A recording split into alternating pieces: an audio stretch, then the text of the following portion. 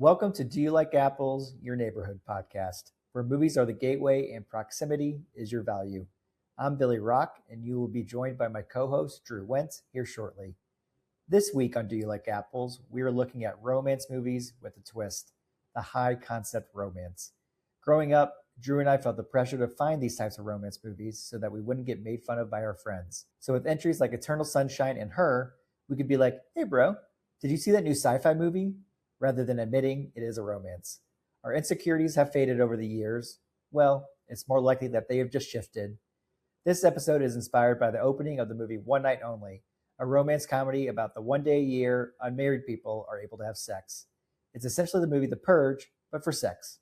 So spend the next hour with us talking about some of our favorite high concept romance classics and my non spoiler thoughts on One Night Only. Welcome to the neighborhood.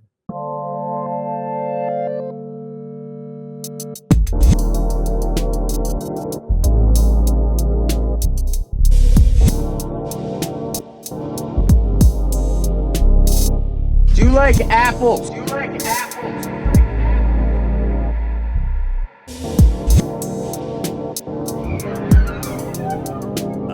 But yeah, I avoided them when I was younger, for sure. I mean, I think some of them, I had some that broke through. Like I remember seeing 500 Days of Summer in college, and that was one that I was like, for whatever reason, and we'll talk through some of the qualities of the high concept romantic movie, but and then Eternal Sunshine, I think that's kind of one of the totems of this subgenre. That one for sure, like kind of opened my brain up. And then I think even like Titanic, like that movie's like so undeniably like epic and great that you're just like, even if you're like us and you're a teenage boy who's way more into sports than romance, you have to be like, wow, that's a pretty awesome movie. And you can see why people go so crazy over the central romance and for DiCaprio in that movie. But yeah, did you have a similar experience, journey? I think so. I think for me, my mom was a single mother, so she had a good mix of letting me watch a lot, probably before I should have, and also just kind of throwing on what she wanted to throw on at times, and did a good job at meeting me in the middle on some stuff. So like I remember Hitch was a big one. Oh yeah, no, for Growing sure. up, Yeah, yeah, just like Will Smith, obviously I loved from all his movies like Men in Black and I, Robot, and like I Am Legend too. And then just I can't remember where Hitch falls into the timeline of that, but that was a big one for me. And the Rewatchables just did a Hitch episode, which I was kind of surprised that they hadn't done that before in the past. But besides that, it kind of I enjoyed it in like the Spider-Man context. If we're going to be more relevant, like one of the romances from my childhood I responded to the Upside most Down was Kiss. with Upside Down Kiss. It was Toby and Kirsten Dunst, and Kiki is one of my main people to this day, probably partially because of that. So in those particular instances, I think I've always gone towards the high concept mixture of romance because it felt like it gave me permission to throw it off with something else. Like maybe one of my friends would be like, "Oh, you like that movie? There's a kiss in it." I'm like, "Oh yeah, you're right. Yeah, Spider-Man though, it's pretty cool." And then I was able to rebound and be like, "Oh no, I don't actually like that type of stuff. That's crazy. You're right. You want to talk about baseball?" So yeah, there's those moments growing up that I think softened me. And then yeah, there's the boy approved ones. I'm trying to think. Crazy Stupid Love was a big Yeah, that's amongst a my boy college. one, I feel Yeah, like. boy approved Yeah. one for sure. Trying to think what else from that era could potentially fall into that category. But that was the biggest thing. Just over the years, you begin to realize that using, not in like a manipulative way, but using movies to get closer to a girl you like, trying to find commonality in that. Be less judgmental when they tell you to watch something like The Notebook. And there's one in particular I remember hating during the watch. It was a Zac Efron. I need to look it up on the fly, but it was like a Zac Efron romance movie, something St. Cloud, where he like his something about his brother dies and he gets close to this girl, but his brother is being shown to him and goes like sequences. I need to look up the Charlie title St. Cloud. It's Charlie St. Cloud. Yeah, I've never that even one heard for of sure. this. Yeah, and I think that one has a romance aspect to it. It might just be a sad boy movie, but there's those type of ones that uh, there's a sadness at the beginning of it, and then you got into the romance as a result of that. And as a sad boy at times in my life, that was helpful. It was like, oh, well, the main character of this is sad. He still has time for some romance, but the sad boy part is more prominent than the romance part. So therefore, I can watch it. But in this instance, I remember watching it with my girlfriend at the time. I was like, it was early on. I was like, I can't say I don't like this because she's having a really good reaction to this movie at the moment, and I'm trying to play the long game a little bit. Yeah. So yeah, there's those moments that you open up to a little bit more. So was there like like besides just finding your own movie, was there a like tell me more about the stages of how you became more comfortable with romance? Like when did Eternal Spotless of the Eternal Sunshine of the Spotless Mind come into the fold? When did other romance movies like that where you're like, okay, I got a little bit more time for this?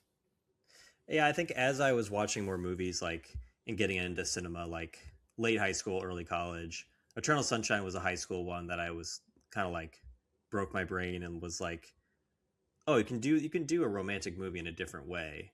500 Days of Summer was like, that was like an early college one that was like Joseph Gordon-Levitt and Zoe Deschanel were really big at the time, and Mm-hmm. was kind of like the music of that movie and like just the vibe of it, kind of the more like indie sensibility. Um, and then I think I got married, and I think over the years my wife has we've watched more of those kind of movies. I think especially during the at the start of the pandemic, we kind of went through and watched a lot of the classics that mostly I hadn't seen, some that she hadn't seen.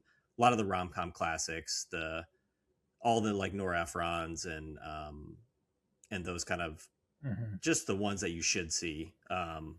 Like the Julia Roberts ones and the those Richard Curtis Four Weddings and a Funeral ones. I think that's a good point Um, because there were those ones that like my family wasn't making sure that I would see When Harry Met Sally or mhm. any of those type of like all time classics. So there was no room for them to be like, no, Billy, like you might be apprehensive, but you got to watch this because of X, Y, and Z reason. You're actually going to enjoy it, or not even give it context, just throw it on, and you're going to laugh at Billy Crystal being Billy Crystal throughout the whole movie, and you might not Yeah, understand what's happening in the diner yeah, yeah. in the diner sequence, but Might be too you'll young for figure it that. out. You'll figure it out later. But yeah, there's those type of things that open you up to it if you have the type of family that just show you these movies from the jump. And I think yeah, like with you and your kids, is romance movies at all? You know, your oldest is around 5. Is is there a romance movie that you think you could throw into his life right now that you'd be like, hey, it's a good time for him to watch this and age appropriate and maybe could grab There his probably attention, is. or is it a little Yeah, bit far away? I threw this on you, so it's hard to come up with a kid one I right haven't away. really found the right one yet, but they're probably a little too young. I think in a few years, I'm trying to think of what's a good example of like a kid's romance that would make Mhm. sense. Like, I found a list on Letterboxd that is just called Boy Romance, and one of the peak ones. It's obviously animated, but Shrek, like a romance yeah, at the and that's kind of like core. a based on a fairy tale kind of. Yeah, Exactly. So maybe you can go somewhere with that, like without that's not a bad the start. Yeah, yeah the Shrek and Fiona aspect. You might be able to start that process. maybe by age 7 we'll do Phantom Thread. Maybe that's when Yeah, we'll absolutely. introduce And the you have his arm PTA around him, romance. and you tell him the origin story of "Do you like apples?" And Yeah, it's gonna right. go Yeah. great. It's gonna be a really sweet father son moment. It's not gonna be weird at all. No, Um, no. but yeah, so before we get into our kind of just going through the different categories of high concept romances, at this point, which do you prefer? A romance movie with a twist, like a high concept version, or a standard romance, which can be in a more modern sense, can be a movie like Carol or something like that. Like, which one do you prefer? Do you need it to have a twist, or do you like the yearnfulness of a very sincere romance? I'm still much more intrigued if there's some sort of high concept or twist to it. I think that kind of like that like from like the standard rom-com or romantic drama, that kind of yearning, like that Mm-hmm. just doesn't always connect with me. I think I'm beginning to understand what's great about them more as I watch more of them. Like shout out our DUL game that we're running right now for August. I watched A Room with a View, Mm. a 1980s romance romantic drama. And I think I'm kind of understanding more of the mechanics of like what makes those movies great, the ones that work versus the ones that don't. Because you see a lot of crappy 21st century versions of the good period romance or the really good classic rom-com. So I think I'm coming to a better understanding, but I still, the movies we're going to talk about in this episode, I think, are the ones that kind of get me fired up, that kind of have that kind of like heady concept or interesting way into a love story that kind of makes me intrigued. But yeah, where are you on that kind of dichotomy? I don't know. I go back and forth because we'll get more into the specifics of the categories, obviously, but there's something about the way we're structuring it is kind of start off with a high concept that are definitely more of a romance at the center of it, even though it is a high concept. But I think I like a little bit more earnestness. Again, this isn't rom-com, this is romance movies. And One Night Only that came out, it's definitely a rom-com. So we're trying to add definition to it, but I think I land more towards, if we're going to go full, like take the comedy away, movies like Lost in Translation and the Before series and those type of Wong Kar-wai's filmography. That type of lane is something I am really gravitated towards. That is very sincere, but if you add a more rom-com-y nature to it, I think I do prefer something with a little bit extra, because like you said, that has some humor to it. Yeah, humor to it. I didn't grow up with the mechanics. I didn't grow up with a love for the genre of like to see everyone that comes out. There's plenty of genres where I do that with, but this genre is not necessarily one of those. So I'm excited to talk about it though, and just two boys gabbing over romance movies for about an hour. Nothing wrong with that. So with these actually, let me start off with One Night Only. Drew has not seen this. I have seen this. Me and my girlfriend saw this on Thursday last week. And yeah, I really dug the marketing for it. The idea of just putting the idea of the Purge into different genres was really fascinating to me. The Purge for sex. Crazy, yeah. And I really, after a rough opening that set up the characters, this is only like semi-spoiler thing. It gets weirdly star-studded for a sec, and I liked how they played on the actors that they chose and set up a lot of the tropes in a very fun way. And as me and you always say, we love movie stars, so it had a couple of Easter eggs for them that really got me going for some of the movie. And then as the concept got more into frame, it couldn't really figure out what it needed to do. So the premise of the movie, if you haven't seen the trailers for One Night Only, is in the United States, premarital sex is outlawed except for one night a year from 7 p.m. to 7 a.m., I believe. And people that are married can obviously have sex, but the other fold into it is that there's like a bio tracker on your wrist. So you can choose your own symbol, which is very cute, but when you can't have sex, your symbol's red, and when you can, it turns green for the one night only situation. So they had to do a lot of heavy lifting to explain some of the dynamics, and if you want to with this movie, you can pick holes at all the things they don't explain, because that's a big thing about this movie that can maybe take you out of it, is there's a lot of things you got to pick up. This movie stars Callum Turner and Monica Barbaro. I think their chemistry is actually very good. That's not the reason this movie doesn't work. Callum Turner had some good practice with Eternity last year, which I liked Eternity a good bit more, I would say. I would say I give One Night Only like about a 2.5, and I would give Eternity around a 3.5. And they both have very different problems, I feel like, than each other. But anyways, the chemistry between the main two leads is very, very good. You buy that they don't like each other, and then they like each other, and then who knows where they end up. But I think I wish it almost like would have just told you the concept and not explained it anymore. It had too much of a consciousness about the current state of America's political system, which maybe this is the first time in American history where there's even a remnants of possibility that's happened, even though there's obviously zero possibility that's what happened. It's just they played on that a little bit. Okay. So yeah, it just felt like I would have been comfortable with just them explaining the premise, get into the story, and let the romance continue. But they had to, instead of worrying about the wider societal the wider societal aspect of everything. And there's they really only focus on hetero couples, gay couples. There's a quote from one of the characters who's the roommate of Monica Barbaro. Like Monica Barbaro, who's playing a straight woman, asks her gay roommate, just says, "Oh, what are you going to do tonight?" She goes, "Oh, or what do you do the rest of the time of the years, rest of the days of the year?" It's like, "Oh, we've been avoiding the rules since way before this." So I was like, okay, that's a good Easter egg, but that could have been even a more interesting story than just one night only for heterosexual couples to have sex. So overall, feel positive about it. Again, 2.5 in my mind. I'm comfortable saying that was an enjoyable time at the theater, and it is fun. So a worthy date night. I feel like it had a lot of spillover from the Spider-Man and Odyssey. I can't remember what it did this box office weekend. Let me look that up real quick. Yeah, like 5 million. Oh, that's it? Yeah. Yeah, I'm surprised by that. Well, so the director, Will Gluck, did Anyone But You with Glenn Powell and Sydney Sweeney. Oh, that's right. Yeah. That movie did gangbusters at the box office, probably because of its two leads. I didn't think it was all that successful of a rom-com. No. But how does that one compare to, obviously this one's much higher concept than that one. Yeah. But it's weird. How do they compare as far as like how they're made?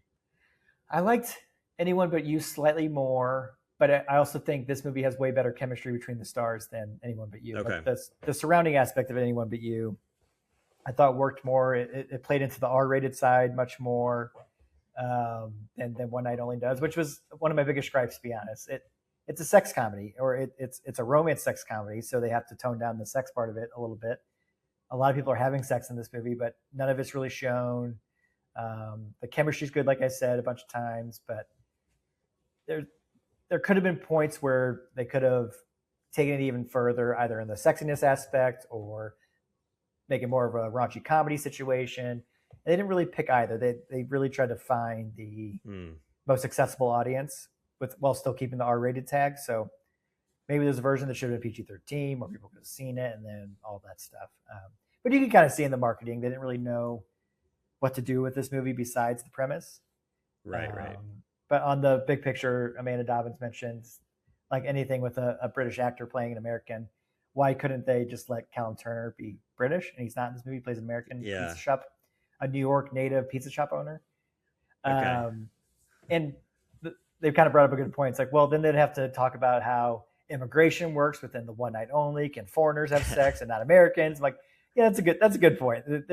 There's no version of this movie where, if they wanted to be a rom-com, that is, that they could have explained that and have it be interesting. So I thought it worked overall. Again, right at 2.5, worthy movie seeing at the theaters, I think. And if you want to have a fun date night, go from there. You're not going to hate your experience, I don't think.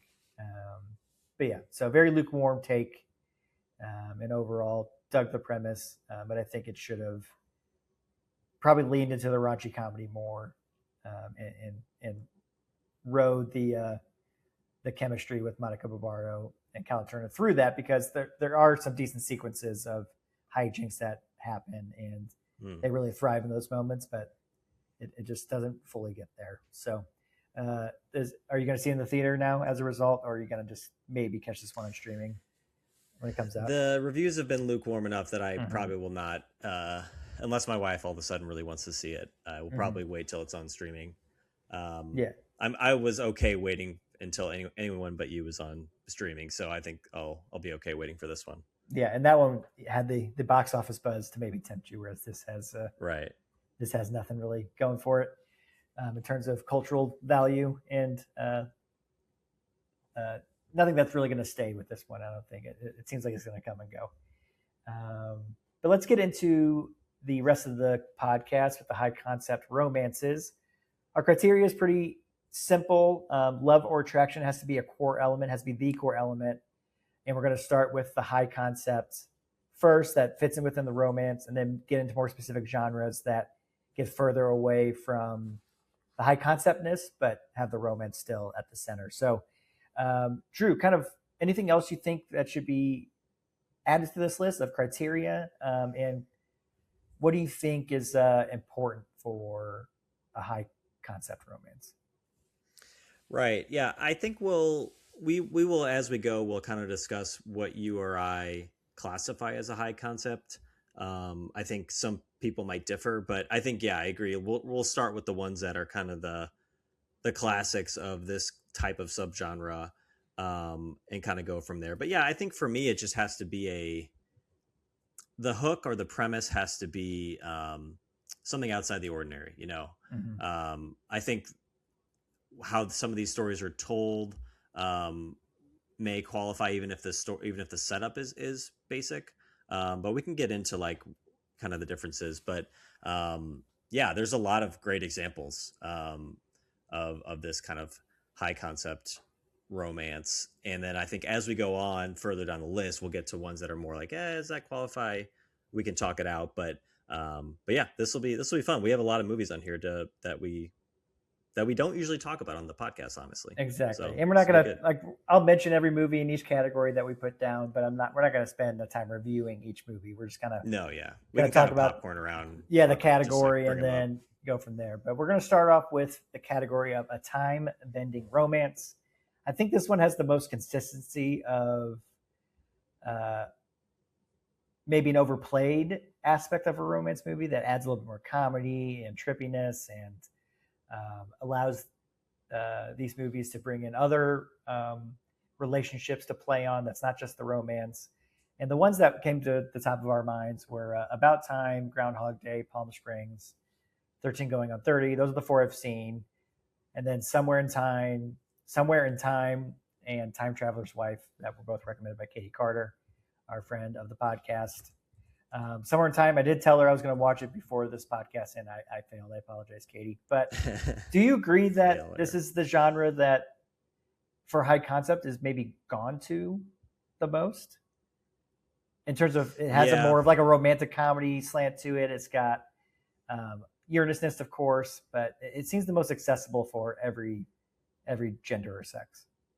Yeah, and it seems like we get a good one every like 5 to 10 years, mm-hmm. Like Groundhog Day is obviously the classic like time loop romance. And honestly, I think sometimes I forget about the romance element because Bill Murray is so central within the Groundhog Day. But then you forget it, and McDowell is like very present in that movie, and that's very important to the story. But then, after that, 13 Going on 30, About Time, which I think is one of the more underrated ones we'll talk about today with Rachel McAdams. For sure. She's also in The Time Traveler's Wife, which I haven't seen that one, but that's another. I haven't either. I think it's another time travel. Well, it is in the title. You think? Yeah. Rom-com. And then a recent one that you and I both adore is Palm Springs with Andy Samberg, mm-hmm. Kristen Milioti from 2020. And that one I think is like this decade's like version of this movie where it's like, this is the new class, even though it's a streaming movie, essentially, that debuted on Hulu, I think is kind of this decade's version of this subgenre. Oh yeah, absolutely. I still wonder, that's like the biggest what if box office wise. And if it had like momentum from a box office, I think it could have played at the Oscars. I think it's that good. And that word of mouth would have been awesome. Yeah, would have been amazing. Andy Samberg just gets unlucky with his big releases at every turn. Hot Rod never really landed. Popstar never really landed. And Palm Springs, I think, would have, but obviously the pandemic at the center of it all. But I think About Time in this category hits the notes perfectly for what I want in this genre. The just incredible chemistry from Donald Gleason and Rachel McAdams. You got the two different cultures from American and British. You got the time travel aspect. You got the broken relationship with the father. You just got all of it mixed all the way through. That it just really, really works, and it feels like a millennial movie. And I think that's why, in terms of the time bending genre, it's my favorite of these movies that we listed quickly. Is there a movie that reigns supreme in the few that we mentioned? I did rewatch Groundhog Day a few years ago, and I was reminded of how amazing that movie is. I think that one is still the king of this type of movie. But yeah, I want to watch the other ones that Katie recommended in our Discord channel. She Somewhere in Time, which is a Christopher Reeve, Jane Seymour I'm movie that I've never seen. Very excited that about that. Looks good.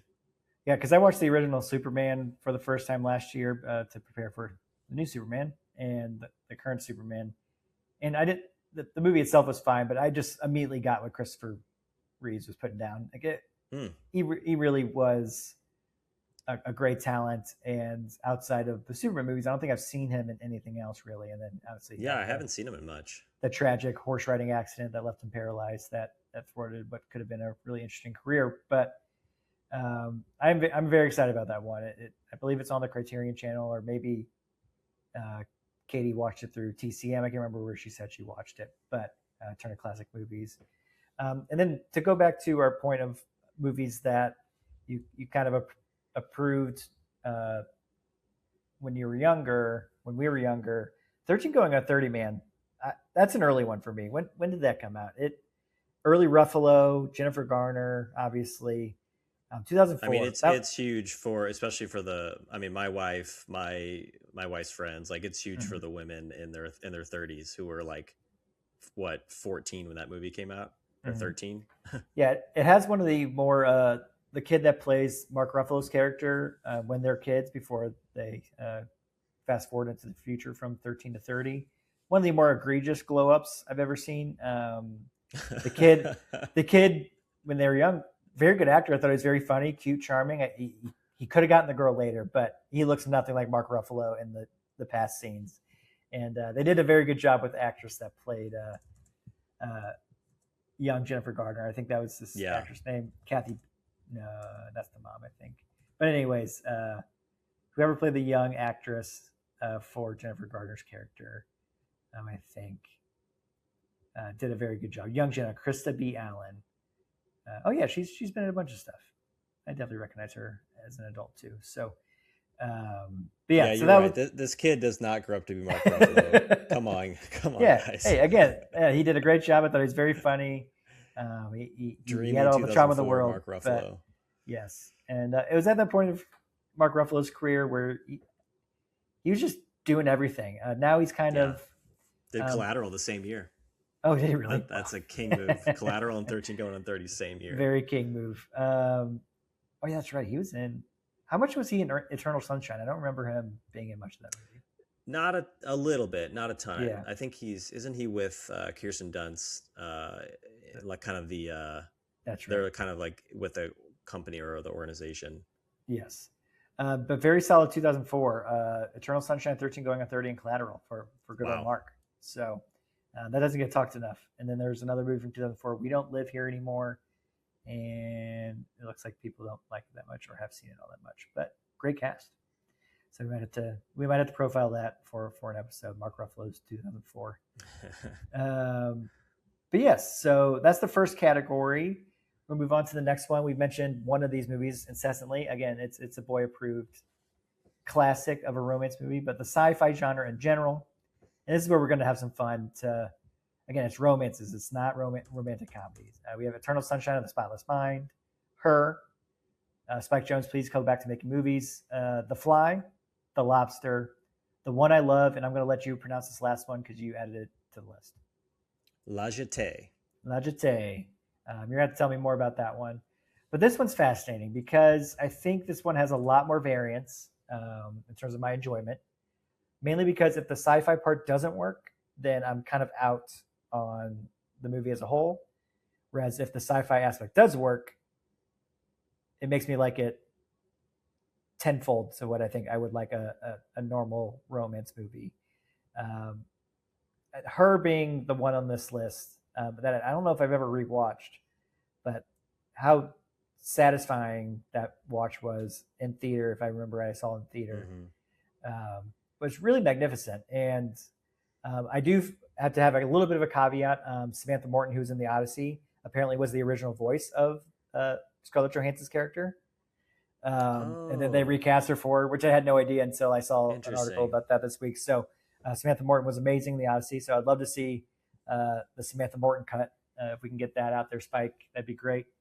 Yeah.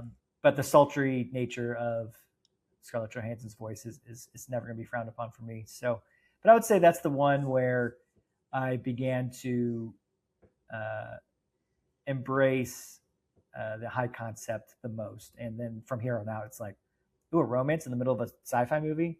I'm going to watch it. It might be a version that I kind of dislike because the sci-fi doesn't work, but I'm going to have much more of an open heart to it because of that. So, is the sci-fi genre that different for you in terms of time bending, in terms of enjoyment? And do you think this is when it starts to skirt the line of what is a romance movie or not?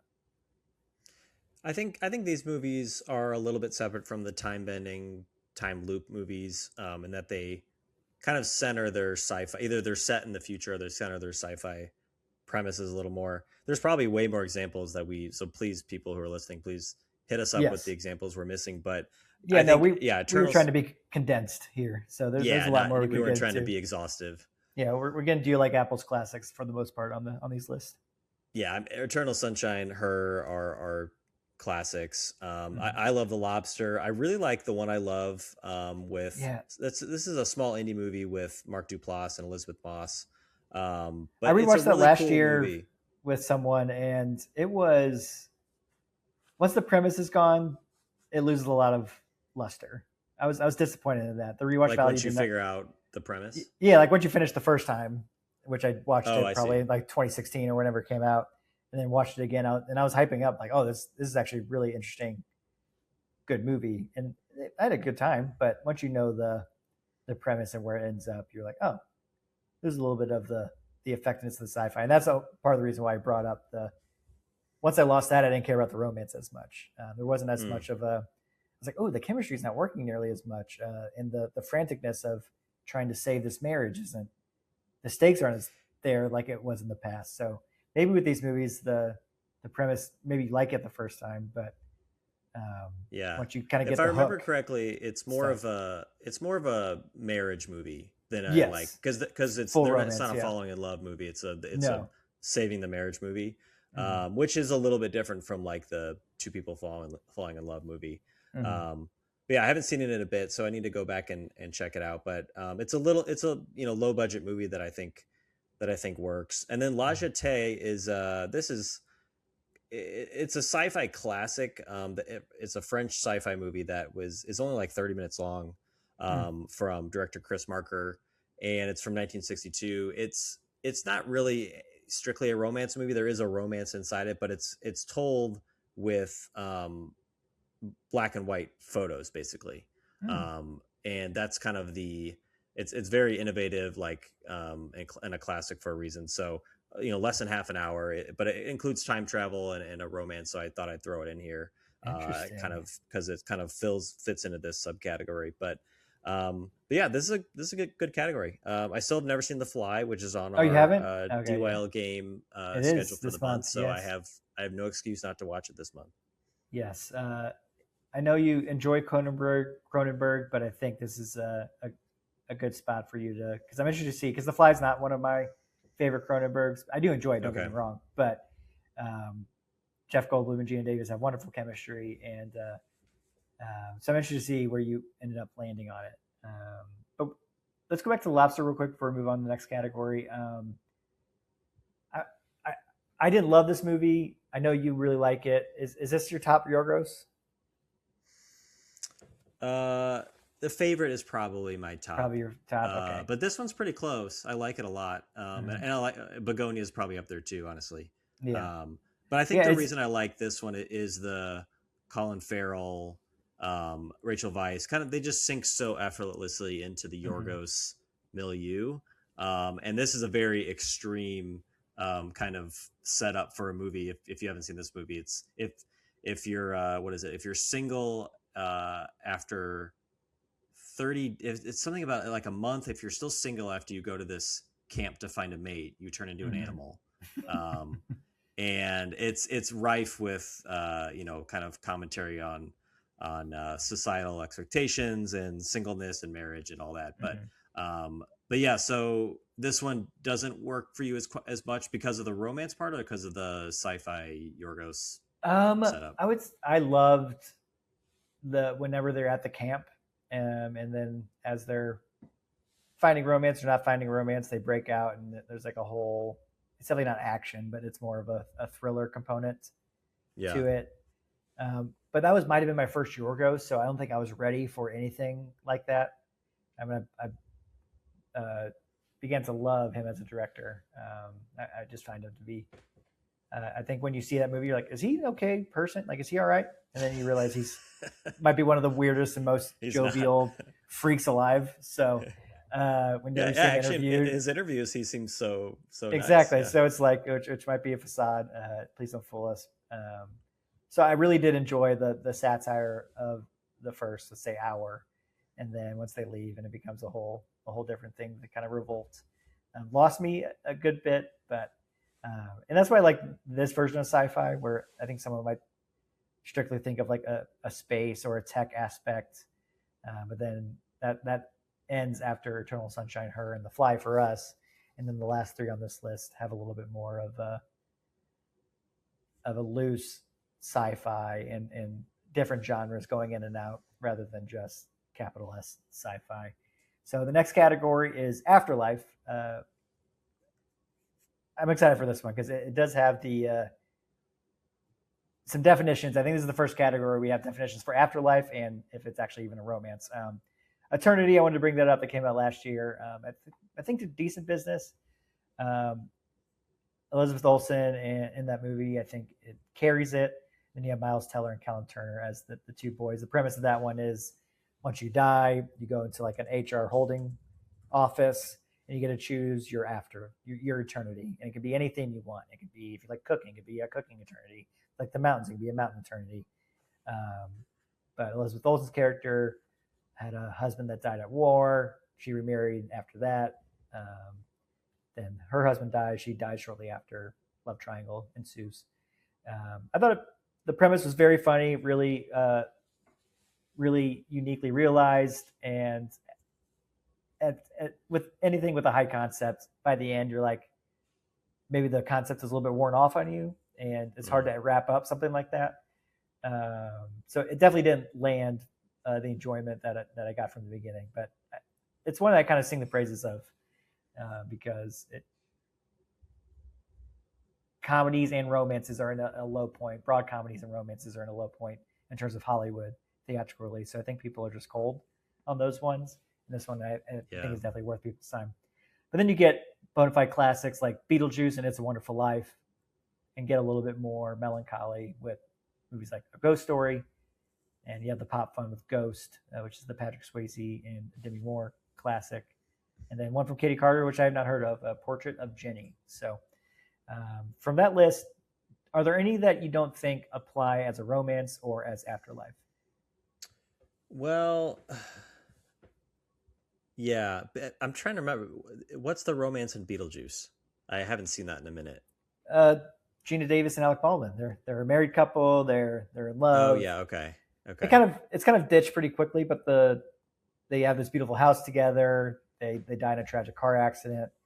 The family from the city moves into their country home, and it's them kind of trying to scare them out of this house so they move back to the city and they can keep the house. Yeah, I guess that. Yeah, there's some romantic elements. Yeah, there. so it again definitely loose romance in that one, but I think their chemistry is great, and especially when they do die and they realize that they're dead.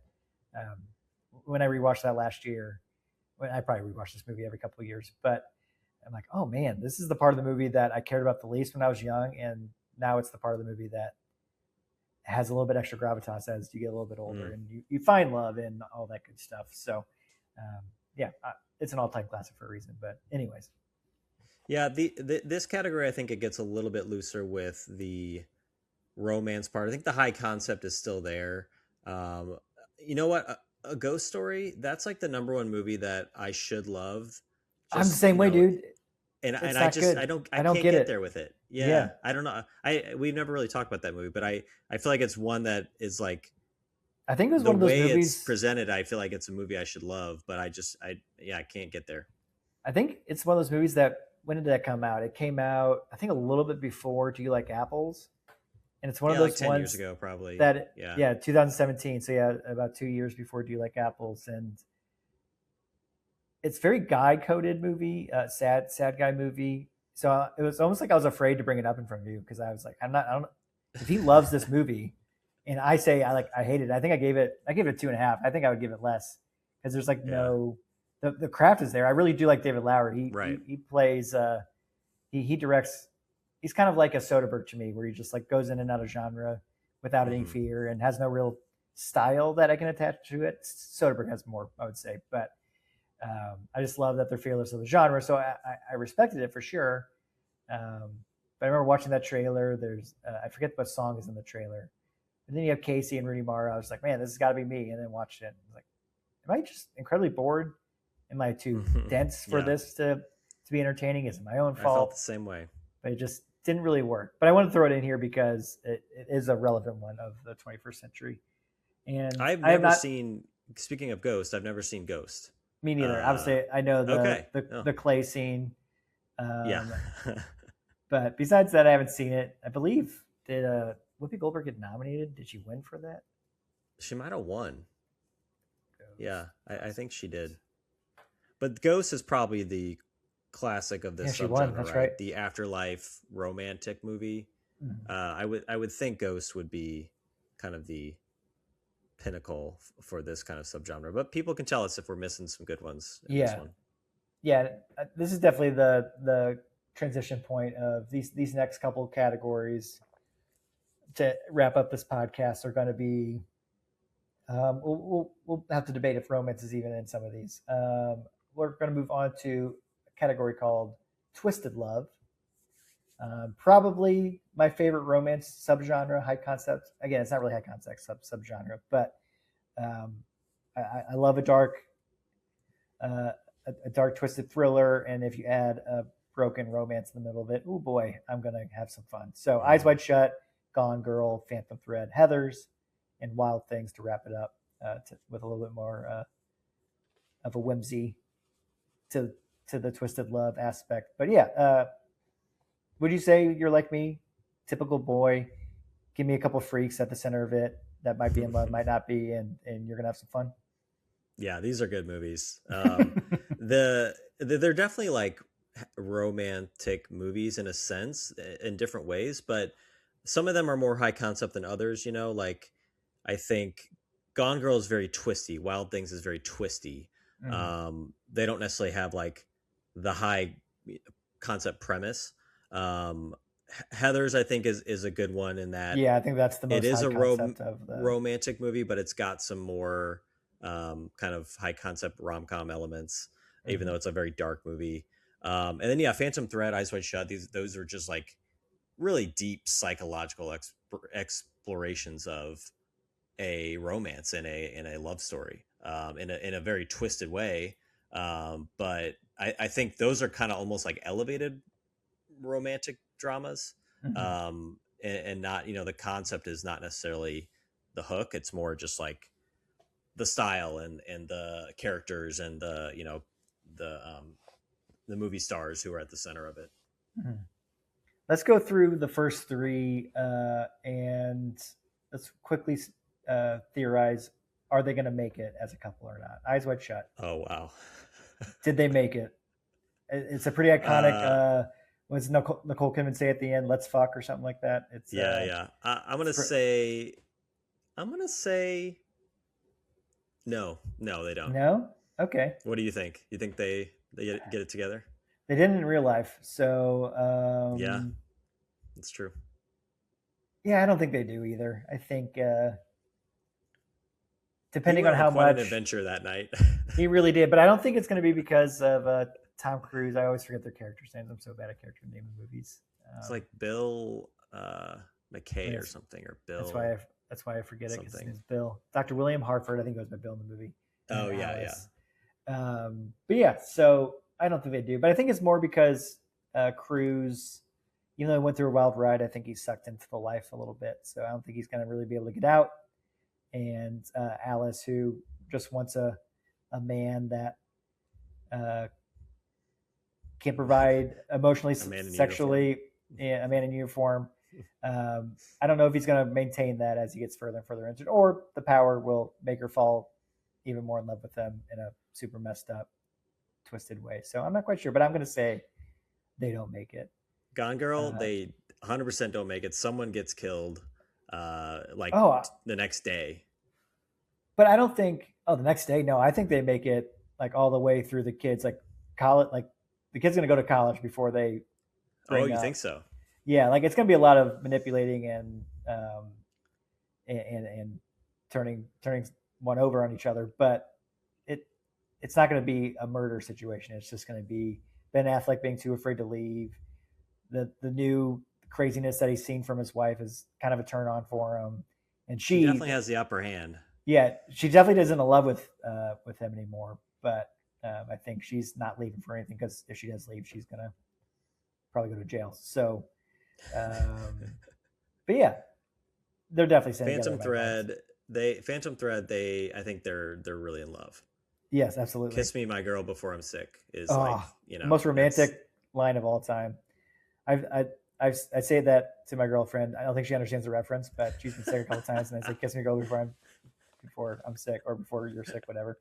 It's a funny line to drop when they haven't seen the movie. Or Exactly. Yeah, yeah, and it works. So, but yeah, I really love that genre. And then Heather's, like we said, is probably the most high concept of this genre that fits the early categories of what we talked about. And then Wild Things, that one's just a romp and a half of a good time. It's so freaky. There's a love triangle aspect to it. There's it's I don't know if neo noir is the right word, the right genre for it to add into it, but noir. But yeah, it's a fun movie if you need just a kind of a crazy release of a good time at the movies. It's actually a good link to our next category. Wild Yes, Things. it is. We got the crime romance, Out of Sight, Badlands, Love Lies Bleeding, Body Heat, and Wild at Heart. I would say the only one that really hits fully as a romance are Out of Sight and Wild at Heart. I guess Body Heat too. So maybe most of these do. This genre is a good. Right. Yeah. Yeah. Those two have Body Heat. I just watched that one. I need to log it on DYL game, but so obviously romance in that one, but it's a little bit of a seedy something's you're not supposed to be doing this situation. Whereas in Out of Sight and Wild at Heart, those are just people in love. They're not supposed to be doing it, but those are people in love. And I want more people to see Wild at Heart. It's one of those ones that classic Nick Cage, Laura Dern's, and maybe never been better. And anyways. So, of this genre, do you think this is where we jump the shark a bit, and we just like crime movies with a twist? Is that where we're coming with this? I think there are a lot of examples of this kind of crime, or lovers on the run, or crime romantic lovers drama. on the run, like that, yeah. But I do think when it comes to the high concept part of it, I do think these can, maybe be kind of incorporated there. I think like something like Body Heat is like a direct descendant of Double Indemnity. Those like classic 40s noirs that those aren't high concept, but they are very much like in this zone of crime and love story. Love Lies Bleeding is a really good one from only a couple of years ago that I think is super stylish, and has like that kind of that hook that you need,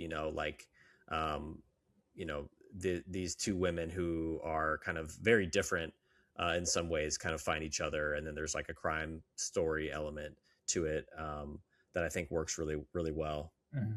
I think Love Lies Bleeding is our only queer romance on our list today.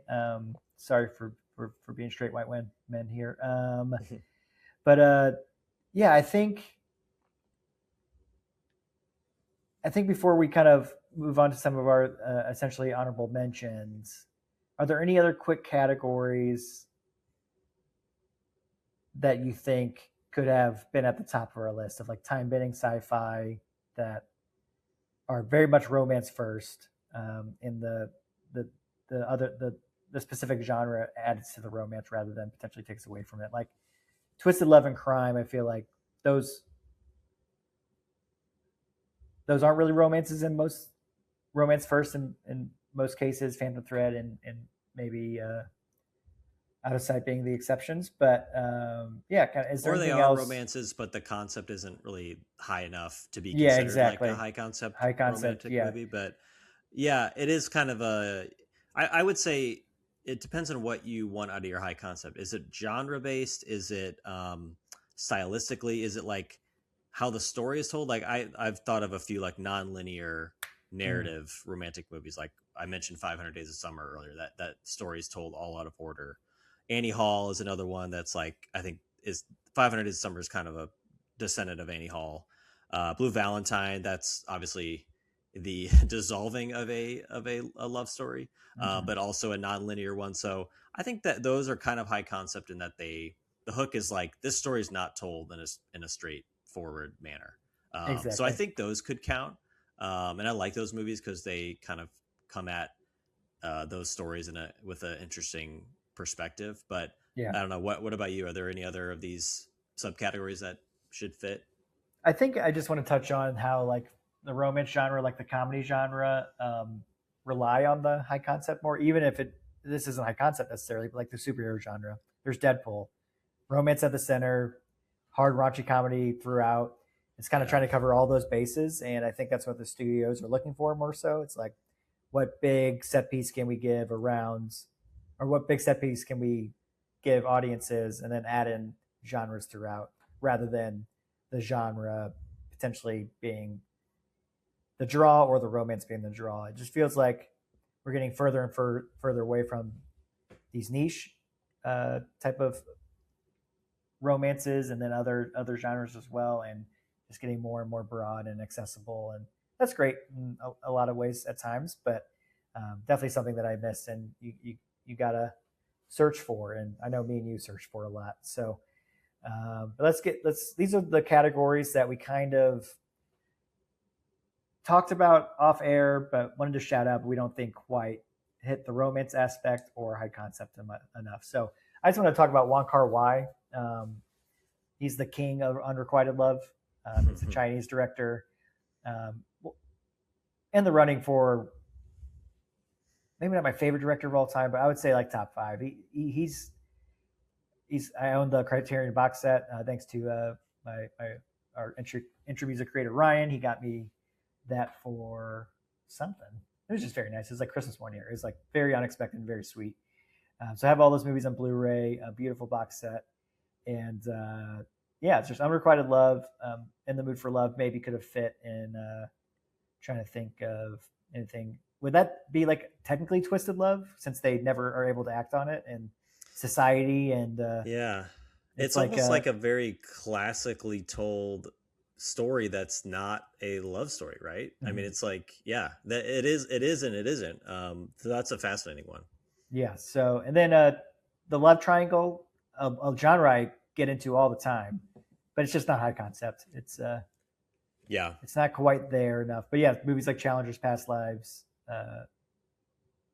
from the last few years are movies that I love and get a kick out of. When you get a love triangle, there's a chance that it's three movie stars you love at the center of it, and Hmm.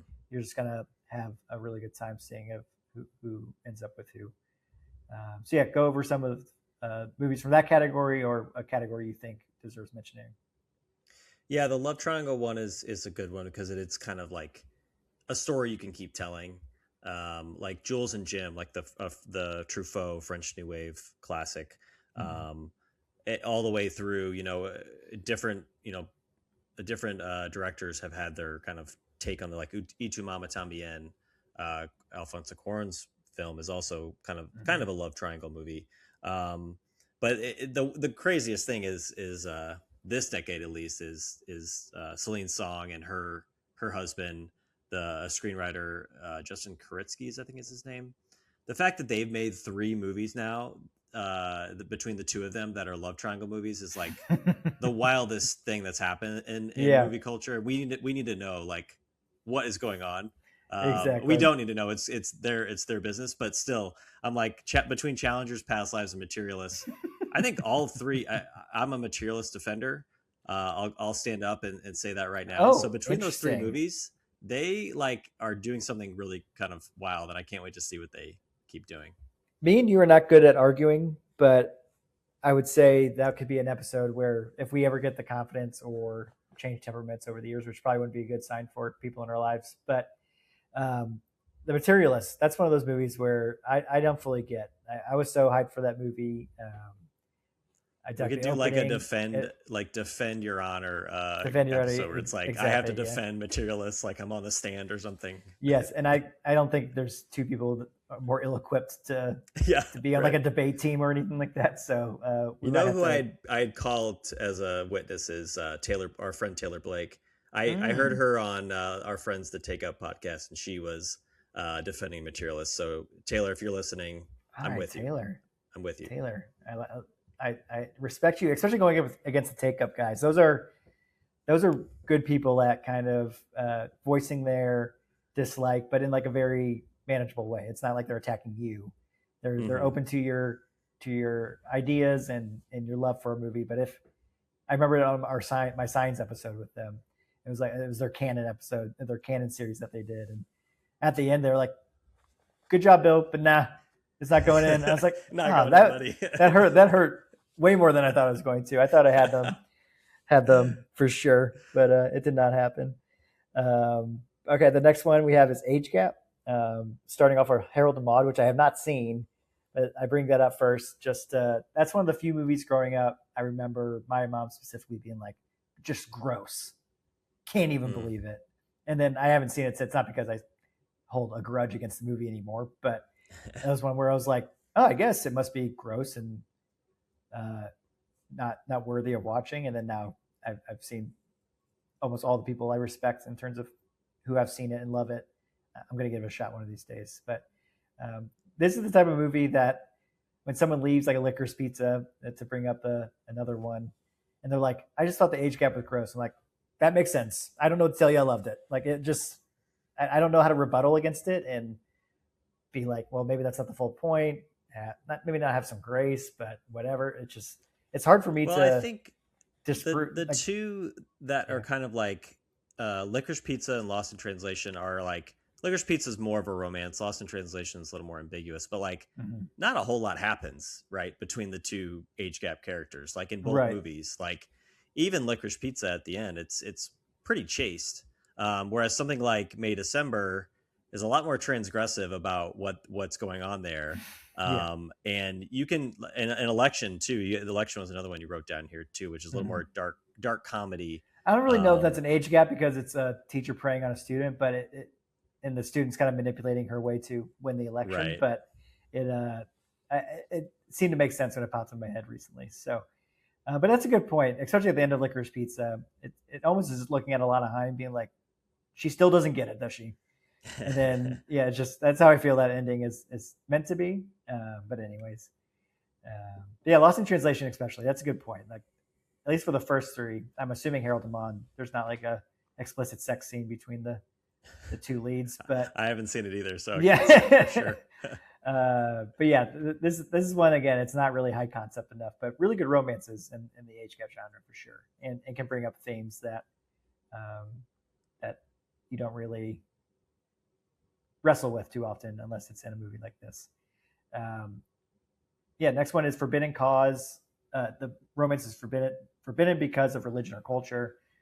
The Big Sick, Carol, and The Shape of Water. We didn't put it down, but Katie Carter, or it was Carter in our Discord. He mentioned it. A movie that is fun to examine. Forbidden for religion or culture. I don't know if it fits there necessarily, but it's forbidden for Yeah, sure. it's forbidden for Yeah. some reasons, I guess, Yes, exactly. interspecies reasons. Yes, But it exactly. kind of fits as a high concept romance, though, doesn't it? Oh, for It's sure. like a Yeah.